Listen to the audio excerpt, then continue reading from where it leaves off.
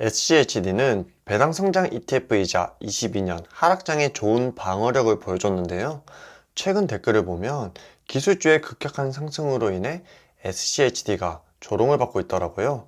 물론 S&P 500이나 QQQ의 차트를 보면 내가 이걸 왜 하고 있지? 라는 생각이 들 수도 있는데요.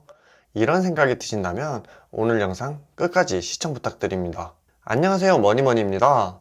22년 경제적 자유와 파이어와 관련 영상이 정말 많았던 한 해였는데요.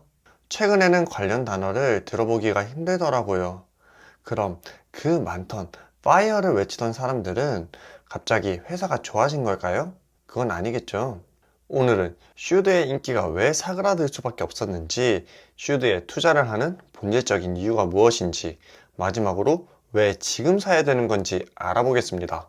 인기가 사그라진 이유는 크게 세 가지로 볼 수 있는데요. 슈드는 배당 성장 ETF인 만큼 일정 배당률과 배당 성장이 동반되어야만 종목으로 편입될 수 있습니다. 성장주는 대부분 배당을 하지 않거나 낮은 배당률이다 보니 슈드에 편입되기는 어려운데요. 지난 1년간 성장주의 급격한 상승으로 인해 상대적 박탈감을 느낀 사람이 많은 것 같은데요. 1년간 QQQ는 43%, S&P 500은 30%가 오른 반면 슈드는 겨우 10% 상승했잖아요. 미국 빅테크 기업 탑7과 비교하면 더욱 크게 느껴지는데요. 마이크로소프트나 애플과 같은 빅테크 기업을 모아둔 ETF인 매그니피센트 7 ETF 경우 57% 상승하다 보니 슈드를 팔고 기술주나 QQQ로 옮기시는 분들이 많은 것 같아요. 두 번째는 높은 금융섹터 비중 때문인데요.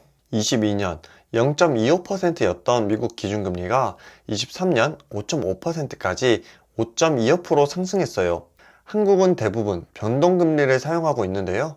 반면 미국은 고정금리를 사용하고 있어요. 그렇다 보니 기준금리를 인상했을 때 금융섹터가 가장 취약한데요. 그렇게 23년 실리콘밸리 은행이 파산하게 됐고요. 다음 파산금융사로 미국 최대 증권사이자 슈드를 발행한 찰스 슈왑이 지목되게 되면서 전반적인 금융섹터가 하락했어요. 슈드는 모든 섹터에 골고루 분산되어 있지만 금융섹터는 16.1%로 특히 높은 편인데요. 23년 금융섹터를 보면 좋지 않은 성적이다 보니 슈드 역시 낮은 성장률을 기록했습니다.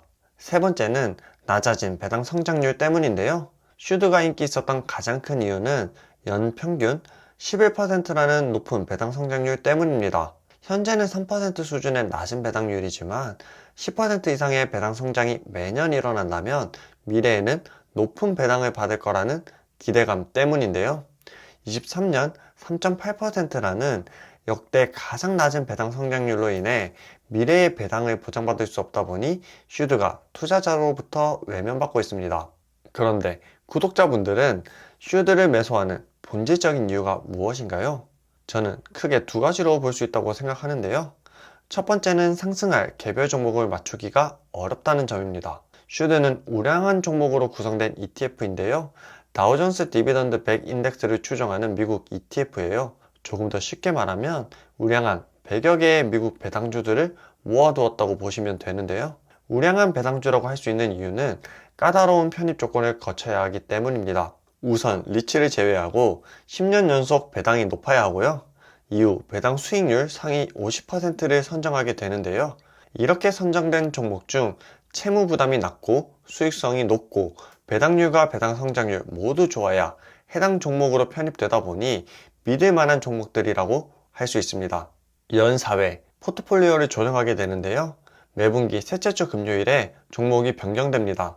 24년 1분기에는 23개의 종목이 편출되고 23개의 종목이 편입되었습니다. SCHD 투자자들에게 가장 큰 충격을 준 편출 종목은 브로드컴인데요. 브로드컴은 23년 슈드를 살려준 기업이나 마찬가지였어요. 최근 배당률을 보면 2% 이하로 떨어진 것을 볼 수 있는데요. 배당률이 떨어졌다는 것은 배당 성장이 낮아졌거나 배당 성장 대비 주가 상승률이 더 높았다는 반증이 되기도 하는데요. 실제로 배당률 10% 상승한 것에 비해 1년간 주가는 92% 상승했어요. 물론 브로드컴이 계속 더 상승할 수는 있겠지만 산이 높으면 골이 깊다고 하잖아요. 앞으로의 전망이 유망할지라도 배당 성장에 비해 주가가 높다고 판단되면 편출이 되기 때문에 거품이 빠진다고도 볼 수 있습니다. 결론적으로 액티브 펀드가 아닌 로직으로 구성된 패시브 펀드인 만큼 거품이 낀 종목은 자동적으로 편출되게 되는데요. 그만큼 변동성이 낮고 꾸준한 상승을 가져오게 됩니다. 사실 주식에서 돈을 버는 가장 빠른 방법은 상승할 개별 주식에 투자를 하는 건데요. 그런데 엔비디아와 같은 종목을 고른다면 1년간 244% 상승을 맛볼 수도 있지만 테슬라와 같은 종목을 고른다면 마이너스 7%로 하락할 수도 있잖아요. 개별 주식을 고르는 눈이 부족하다고 생각된다면 ETF에 먼저 투자를 하고 개별 종목 보는 눈을 키워나가시는 걸 추천드립니다. 최근 미국 시장의 상승 랠리에도 불구하고 경제적 자유나 파이어와 같은 단어는 찾아보기가 힘든데요. 경제적 자유를 위해 선제되어야 할 조건은 현금 흐름이잖아요. 주가 상승만으로는 현금 흐름이 일정하지 않기 때문에 꾸준한 배당이 들어와야 경제적 자유를 달성했다라고 생각합니다. 그런데 10년 평균 배당 성장률 11%가 계속 지속된다면 경제적 자유를 달성할 수 있지만 23년 배당 성장률 3.8%가 지속되면 배당 성장으로 인한 경제적 자유는 불가능한데요. 과거가 미래를 보장해 주진 않지만 과거와 24년 1분기 배당 발표를 통해 앞으로 어떻게 될지 힌트를 얻어가 보겠습니다. 과거를 보면 17년, 18년 모두 7% 수준의 배당 성장이 이루어졌는데요. 주목해야 될 건 17년과 18년이 아니라 19년과 20년에 있다고 생각합니다.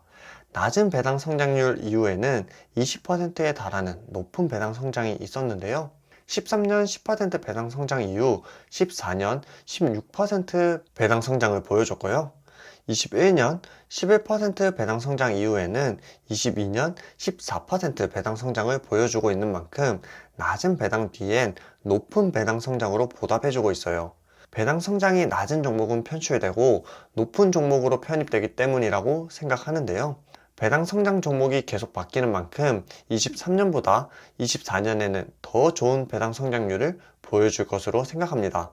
최근 24년 1분기 배당 발표가 있었는데요. 23년 4분기 주당 0.742달러를 지급한 것에 비해 24년 1분기 0.611달러를 지급하게 되면서 직전 분기 대비 17.7% 감소했습니다. 슈드는 매년 1분기 대비 4분기가 배당금이 높았는데요. 그러니까 정확한 비교를 위해서는 23년 1분기와 24년 1분기를 비교해야 합니다. 이렇게 비교해 보면 2.4% 1분기 배당 성장이 이루어졌다고 보는 것이 맞는데요. 2.4% 만족할 만한 수치는 아니잖아요. 22년 1분기 시작이 15.2% 배당 성장으로 시작했지만 연간 배당 성장률이 3.8%였는데요. 그만큼 작년 1분기 배당 성장이 높았고 2, 3, 4분기 성적이 좋지 않았어요. 결론적으로 작년 1분기 너무 높은 배당 성장으로 인해 2.4%밖에 오를 수 없었다 라고 생각되고요. 남은 분기는 작년 배당 성장이 낮았던 만큼 올해 더욱 높은 배당 성장을 해줄 거라 믿고 있어요. 저는 이전에도 경제적 자유를 꿈꾸고 있었고 지금 또 회사로부터 독립하기를 꿈꾸고 있는데요. 그렇다면 더더욱 배당률 2%대였던 21년에 슈드를 매수하는 것이 아닌 배당률 3.5% 수준인 지금 슈드를 매수해야 된다고 생각하고 있어요. 결국 10년 뒤 경제적 자유를 꿈꾸고 있다면 높은 배당률일 때가 더 저점이라고 보고 있습니다. 최근 1년간 기술주의 포모를 느낀 슈드 투자자에게 오늘 영상이 도움되었으면 좋겠고요. 오늘 영상이 좋았다면 구독과 좋아요도 부탁드립니다. 안녕.